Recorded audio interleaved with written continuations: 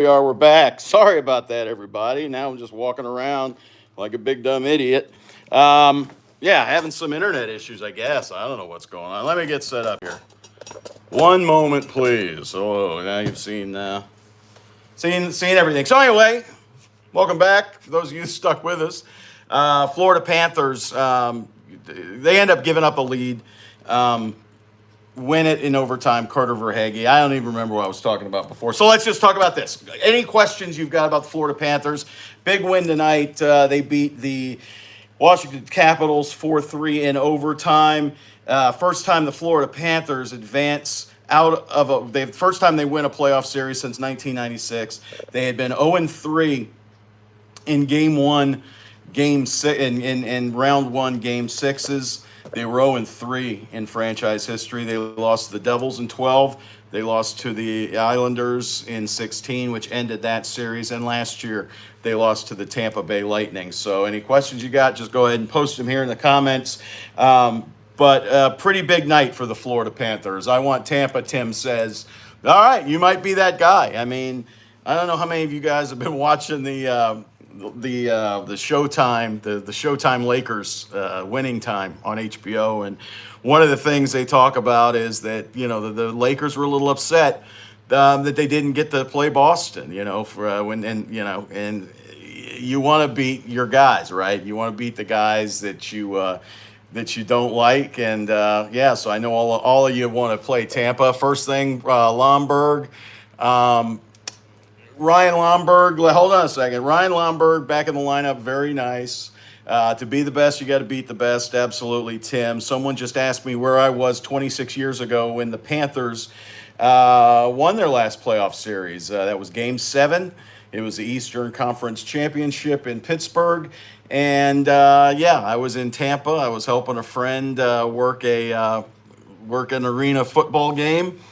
And I believe it was definitely the Tampa Bay Storm and Arizona. I think the Arizona Rattlers or something. And anyway, I ended up going to watch Game 7 on television. I remember him telling me he was from Toronto, Mitch Rubenstein. Some of you may know Mitch. He was like, "You don't get it. You're a third-year franchise. You don't get it. You just don't get it. You don't get it. The teams are not supposed to win like this. You've been around 3 years. You're going to the Stanley Cup Finals. You don't get it, man. You just don't get it."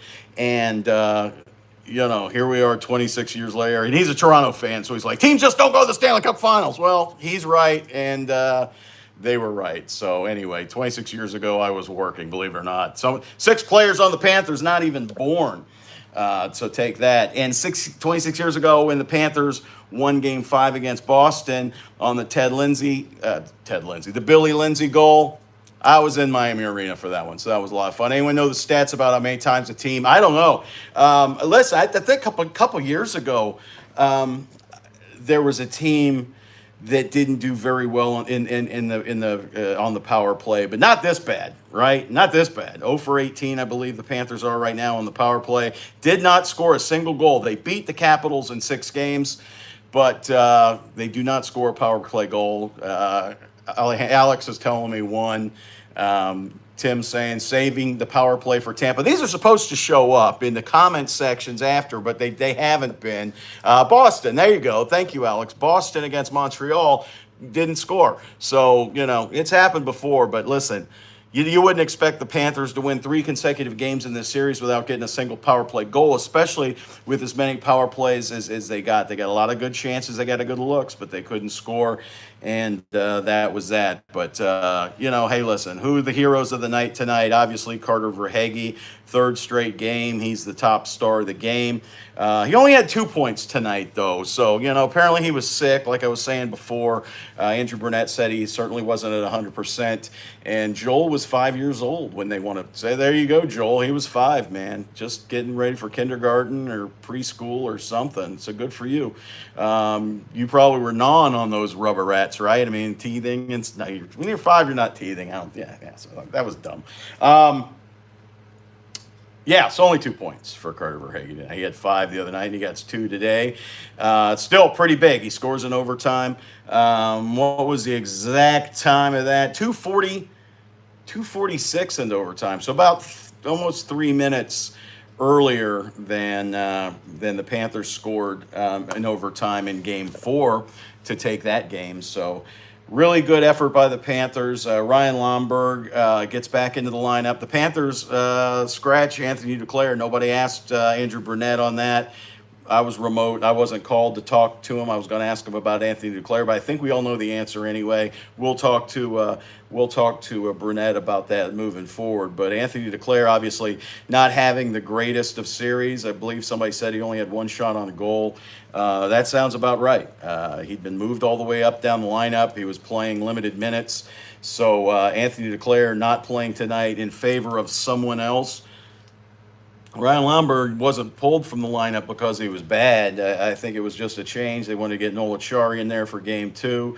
And Ryan was just losing the numbers game. And these guys like to be fair. So Jaws and Stu said bench Duke for the Lamborghini. Okay, good. Yeah, that's great. Yeah, so Anthony Duclair gets the seat. Ryan Lomberg gets back in there, and he does Lamborghini things, drives in, follows up a Patrick Hornquist rebound. That ties the score 6-13 in the second period. We had a scoreless first period, a rough and tumble first period, wasn't it? Alex Ovechkin on the first shift puts Aaron Ekblad on his wallet. Looks like he hurt his back. Aaron Ekblad came back out one more time in the first period before going back into the room. He returned in the second, and he had an assist. He had an assist on the Claude Giroux goal, which tied the score at 2. Later in the third period, the comeback Cats were down 2-1 in the third, but Claude Giroux scores off an Aaron Ekblad pass coming through the zone. So he returned. Ben Sherratt, Garnett Hathaway wrapped him up in the corners. And how does Jumbo get into a game? I don't know. I think he'll get into a game, but I think the Panthers have to feel pretty confident. You would think they would have gotten him into this game. Florida was obviously the faster team than Washington. You would have thought that he would have got into this series. We'll see what happens with Tampa and their speed, and in Toronto as well. So Florida will take on either Tampa Bay or Toronto. And like you said, some of you, at least one of you, wants Tampa Bay. So you got to be the best, you got to beat the best. I think a wrestler guy said that, or I don't know, Mickey Mantle, somebody. So we'll see. Toronto obviously has not, like the Panthers, Toronto has not advanced past the first round since 2004. So a lot shorter time, but it's still, the pressure's mounting in Toronto, obviously. They had a chance to close out the Lightning last night in Tampa and end up losing Braden Point with an overtime goal. So they're still alive. So, so we'll see what happens. So anyway, 1-1. Nick Dowd gave Washington the lead. Ric Flair said that. Was it the guy that looks like Greg Norman, Ric Flair, or the real Ric Flair? Right? At me on that one. At me. I don't care. Nicholas Backstrom gives Washington a 2-1 lead, 137 with a deflected shot. Sergei Bobrovsky tonight, kids. He ends up with 34 saves. Bob was good again tonight. You can't really blame him on any of these goals. Dowd, there was a loose puck that he lost track of that got popped in by Dowd. Then you had the Backstrom deflection. And TJ Oshie scores with 1:03 remaining. It was a 6-on-4 power play. Gus Forsling was in the box. What'd they get Gus for? Tripping in the defensive zone. So that gave Washington with the empty net a 6-on-4. Sometimes that helps because now you can go for that empty net without worrying about it. He does look like Greg Norman. Sorry. Yeah, I saw it. He does look like Greg Norman. He looks more like Greg Norman than he does Ric Flair. So, I mean, anywho, who does George want? Hey, Tampa would be fine because I can drive there, but, I can't drive to Toronto. Unless I fly to Buffalo, and then I usually drive to Toronto. So that'd be a good time for me to go to Buffalo, right? I mean, I love the city of Buffalo. I really do. Western New York's a good time. I could fly to Buffalo, drive into Toronto. But it's a lot easier to go to Tampa. But, yeah, I mean, listen, it'd be a lot of fun for Florida hockey if it's Florida and Tampa. There's no doubt about it. Last year was one of the most intense series of the playoffs, even though it was just a first round series. I think it'd be electric this time around. I think it was electric last time, but this time around, both places get to sell out their buildings, right? Florida with its 20,000. Tampa cut down its capacity, but I think they're at about 17,000. No, Alex, I can't do that tonight. I'm working, bud, but thanks. It's one of those things. So we'll see what happens. But 17,000 or 18,000, whatever Tampa holds now that they took out those end zones for their big Oregon thing. But yeah, I don't know what the capacity is at Tampa. I think it's over 18 still. That was a big arena as well. So Tampa and Florida both building big, gigantic arenas for hockey, and both struggled to fill them. And Tampa doesn't anymore. And right now in the playoffs, the Panthers haven't had to struggle. So somebody asked me about the game one, and I said I heard Tuesday. And I know that would conflict with the Heat from what I'm being told. I hadn't even looked at the Heat schedule. So if the Heat are playing game one at American Airlines Arena on Tuesday, yeah, you got to think that the NHL would try and keep the two apart. But I don't think they're thinking like that. I think they've got this series pegged for Tuesday. And they'll just go head to head with the NBA. I mean, this is just one market that they'd have to do it in.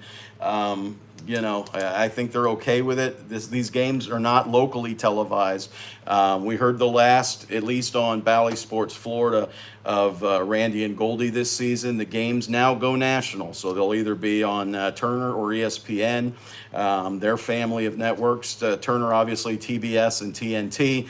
ESPN has ESPN, ESPN2, The Ocho, and of course ABC. So there could be some Saturday or Sunday afternoon games in there. WPLG 10 for those of you watching from South Florida. Yeah, so I don't know. It could be game one, could be Tuesday, it could be Wednesday. I don't think it's going to be Monday. Somebody was asking about Monday. Tampa and Toronto both play on Saturday. That means the travel day would be Sunday for either team to fly to South Florida and then play Monday. I think the NHL would like to give both those teams a rest day and then travel. We'll have to see how it goes, but I don't think it's going to be Monday. I've heard Tuesday, but I don't know. I mean, these things are fluid, and it goes by TV, and maybe the NHL say, yeah, we don't want to battle the Miami Heat because, we kind of like that South Florida market, but whatever. So it's that, but you're going to cut down on your media here in South Florida. I know a lot of you guys don't care about that, but it's going to be tough for, it's going to be, a lot of these sports stations down here don't have multiple camera crews and reporters and stuff. So if they've got to choose, they're going to the Miami Heat. So we'll have to see. Just another good series, again, for the Panthers. I don't think a lot of you thought that after game two and after game three, if not Billy and Goldie, who do you prefer? I've liked the TNT coverage. I've liked the TNT coverage a little more than the ESPN. Yeah, I think and I like TNT's basketball coverage better than ESPN's as well. I don't know why. I don't know why ESPN. TNT, I think, just offers a superior product. I don't even know. That's just one man's opinion. I don't know. Send us a camera. We'll figure it out for them. Yeah, go get it. Yeah, I'll send you a camera. Yeah, I got one of them point and shoots. TNT, Tim agrees with me. TNT's been way better. Yeah, I just think they're more interesting. I think they're more.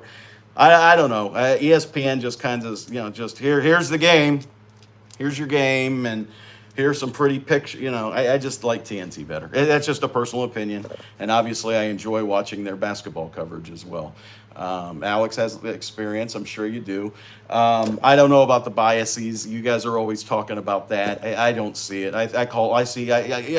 Listen, everybody was complaining about ESPN when they were covering games, and the ESPN guys are rooting for the Detroit Red Wings. What? No, they're not. They get excited when it's a 5-1 Florida Panther lead, and now it's 5-2. Oh, there's a little excitement now. Maybe people aren't turning the channel and putting on, Fishing with Joe over there on the other side. But, watching Andy Griffith or something. I don't know. 8 is enough. Who knows? So, yeah, we'll see. We'll see what happens with game one. But what we do know is that the Florida Panthers will open in Sunrise. They'll be at FLA Live Arena for games 1 and 2, and then 5 and 7, if 5 and 7 are necessary in round 2. Because as you know, the Florida Panthers had the best record in the National Hockey League this season and have home ice throughout the playoffs. That includes the Eastern Conference. So if you haven't been over to Florida Hockey Now in a while, FloridaHockeynow.com. Go ahead and check it out. We got our always fresh game story with Carter Verhaeghe up top, breaking down the Florida Panthers' historic win tonight. We'll have another story tomorrow. I'm talking I'll be writing that after this post, after we get the Florida Panther post-game videos. I'll be writing a story for the morning just about how big a win this was for guys like Jonathan Huberdeau, Sasha Barkov, Aaron Ekblad. Throw Mackenzie Weegar in that as well. You sometimes don't lump him in with those other 3 guys because he was kind of late to the party. He kind of worked his way up here. But those guys have been through quite a bit here. Jonathan Huberdeau, been with the Florida Panthers since that 2013, that lockout shortened game. I think the Jack Adams has already been voted on. So I think the only thing that hasn't been voted on, all the awards are voted on at the end of the regular season. The only one that's not is the GM of the Year award, which is, Lou Lamoriello won it last year, which I still can't figure out how Lou Lamoriello won it. I mean, honestly, he didn't really do anything last year, but he was GM of the Year, so whatever. But the GMs vote on that, and they vote on it after the second round of the playoffs. So Bill Zito won last year, hands down. The job Bill, and I'm not Mr. Homer. You guys all know that. Listen, I tell it like it is, or at least I try to. Bill Zito last year, hands down, was the GM of the year, and I don't know how anybody didn't vote for him unless they were ticked off that they got beat on some guys. We talked about this the other night. Every move he made last year, with the exception of one, Vinny Hinostroza was the only whiff, and it wasn't even a whiff. It just didn't work here. Vinny Hinostroza then goes to Chicago and starts playing lights out, and he had a good year in Buffalo. So Vinny Hinostroza just didn't work here. That was the only guy who didn't work of the players that Bill Zito brought in last year. It was that. Yeah, you looked at what's his name from the Blue Jackets, Alex Winberg, turned his season around. Anthony DeClaire, Carter Verhaeghe. Is Q watching the QAnon? I don't know. If they were, we'd be getting a lot of crazy messages, but I don't know. Joel Quenneville, is he watching this series? I would think so, yes. Joel Quenneville is most definitely watching this team. No Couch Q. Couch Q. Tim Couch. Joel Quenneville's definitely watching. This is his team. These are his guys. Bruno's his guy. So he's definitely watching these games. That should probably do it. So Florida Hockey Now, the story I'm writing, it was about those guys, right? And how big this was. Jonathan Huberdeau joins the team in 2013. He's the Rookie of the Year. And he hasn't won a playoff series before tonight. He's been on the losing end of things. He says he hasn't enjoyed a playoff win since junior hockey, since he was with who was he with? Sioux? No, he wasn't with the Sioux Greyhounds. He was with the St. John's Sea Dogs, the Sea Dogs. So, he and Gerard Gallant won with the Sea Dogs. So so for him to be able, for those guys to go through this handshake line, I got a great picture of Sasha Barkov shaking hands with Alex Ovechkin. We'll be running that on Florida Hockey Now tomorrow. But again, we got stories up the wazoo. Check out Florida Hockey Now. If you haven't subscribed to our service, I never ask for this. But guys, you're really helping me out if you subscribe. Florida Hockey Now, it's $3.49 a month. It's $29.99 annually. We're giving you as much as I can give, kids. It's all I got. So check us out, Florida Hockey Now. I know you'll enjoy it. Thank you, Anthony. Love me some FHN. Thank you. I appreciate you. I love you. Yeah. Thank you. That was awesome. Check us in the mail. So, no, but seriously, if you like what we're doing, just throw us a couple bucks. We appreciate it. I got Colby up in Washington doing, he's doing the Lord's work up there. Daniel, thank you, bud. So, anywho, did you see that down on Twitter? Colby had the cinnamon bun chicken sandwich, and surprisingly, he didn't like it, which, Now, knowing Colby, I could see that. He didn't like the picture of the chicken to begin with. I know he was very critical of it, and it looked like that hot Nashville chicken.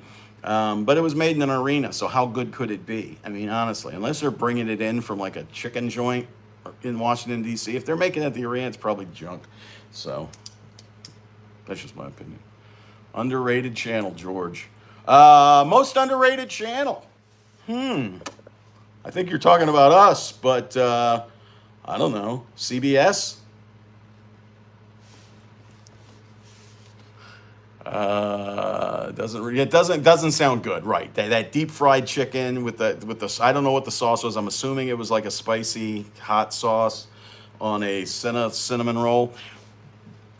Some of you guys might have seen this tweet. Samantha Pell from the Washington Post. She tried that chicken sandwich game 4 or game 3 with the Saturday game, whatever it was. She tried it up in the Washington press box. So the other night I come down, I was like, hey, did you hear about the sandwich they're selling here? You ought to try that. She goes, no, what is it? I said, it's a Cuban sandwich, but it's on gas station honey buns as bread. And she's like, oh, how much is that? I said, $28. And I know, Ben, thank you. Appreciate it. She was like, no, really? And then I was like, you know what? People are tweeting me back. That sounds pretty good. A Cuban sandwich on some honey bun rolls? No, probably too much, but whatever. How does it feel to finally be covering this team after all those years of suffering? Listen, I've been covering this team since 2004. I've seen some really bad hockey. I've seen some teams that I thought, 2012, I think that team, they were a win away from beating New Jersey. Who knows what happens there? That team was not built for the future. This one is, well, to each their own. That 2012 team definitely not built for the future. I mean, you had Jovo, you had Christopher Stieg, you had guys that, were a little bit older. 2016, when they lost to the Islanders, I was a little, surprised that Thomas Greiss did what he did. Florida was the better team that year than the Islanders, and they lose in 6. I think everybody can say, the 2017 team came in with the 16-17 team came in with a lot of promise coming off that season. And that, failed miserably. Had a couple years building up to 2019 when Joel Quenneville comes here and they have the big free agent signing party with Sergei Bobrovsky. And that season started off great. And then would Stephen Weiss even make this team? Now, yeah, I think he makes this team. Yeah, he makes his team. Yeah, we've come like Stephen Weiss, very underrated. He was a very good NHL center. I think he would have played on this team. He wouldn't have been, he wouldn't have spent his whole career here or whatever. But you look at the contract the Detroit Red Wings gave him. That was a substantial deal. He was a legit guy. Stephen Weiss. He went through a lot with the Florida Panthers. He stuck it out. I mean, you guys forget Jay Bowman. You don't forget. I know you guys. Jay Bowmister didn't want to be here. Nathan Horton didn't want to be here. Stephen Weiss stuck it out. Then he had that, that wrist problem, and that was pretty much it for him. But Stephen, if you're watching, he's probably in Toronto right now, Stephen. It's about that time. It's a little too hot for him, so he splits his time between here and there. Ben, good seeing you, bud. So anyway, we have now traversed into Cuban sandwiches with honey buns and everything else, so I will bid you adieu. Please subscribe here on the YouTube channel. We got you guys coming in fast and furious, and I appreciate that. I enjoy answering your questions. I really do. Thank you for the interaction. That's why we've been pushing that one thing. That's why we want to do that. We're going to take this on the road eventually and do some other things. I was going to do one at the infield, and it was just too noisy. Michael, thank you. I appreciate you for reading all these years. Really appreciate you. And again, visit us at FloridaHockeynow.com. Everybody's covering the Panthers right now. I get that, but nobody like us. So anyway, Daniel, thank you very much. Anywho, that'll do it for me. That'll do it for us here in Plantation, Florida. For Florida Hockey Now, I'm George Richards. What do we got? We got a power play question. Do you have the Peter in? I don't know what the Peter interview is. Yeah, if the Panthers get the power play going, that would be a weapon, obviously, and that'll be big for them. Any more questions? We got to wrap it up. Would you prefer the Lightning or the Leafs? Tom, selfishly Tampa. That way I could go. That way I can just drive across the alley, put some miles on the car. I don't know. Maybe I rent some from Enterprise. It's a lot of miles back and forth. They did it last year. I've done it a couple times this summer. I like Tampa. Tampa's fun. But as far as the Panthers go, I don't know. I mean, Toronto really gave the Panthers a lot of fits, didn't they, in the regular season? They did. So, Laviolette, Coach of the Year. So, I don't know what Laviolette means. He's the coach, and I don't know if he had the chicken sandwich either, but he might have. I thought he did a real good job against the Panthers. I think you look at the Washington Capitals and the game plan they had. They did a really good job. They slowed down the Panthers. They obviously shut down the power play, and it was one of those deals. George Michael, good night to you.